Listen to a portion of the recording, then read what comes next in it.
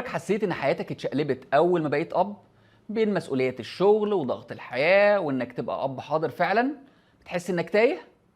انا كمان مريت بنفس الرحلة. التغيرات اللي بتحصل للراجل لما بيبقى اب تغيرات مش سهلة.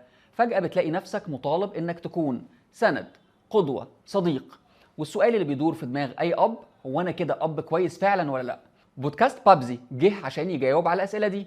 كل اسبوع هنفتح موضوع جديد وحلقة جديدة. التوازن بين الشغل والأسرة والتعامل مع الضغوطات النفسية في المراحل المختلفة، ازاي تبني علاقة حقيقية مع أولادك، وهشاركك بخبرتي العملية كأب وكاستشاري للطب النفسي بقصص حقيقية من حياتي عشان تحس انك مش لوحدك في الرحلة دي. الأبوة مش بتغير حياتك وبس، الأبوة بتغيرك انت، وده التغيير اللي هنكتشفه سوا في بابزي شو بودكاست.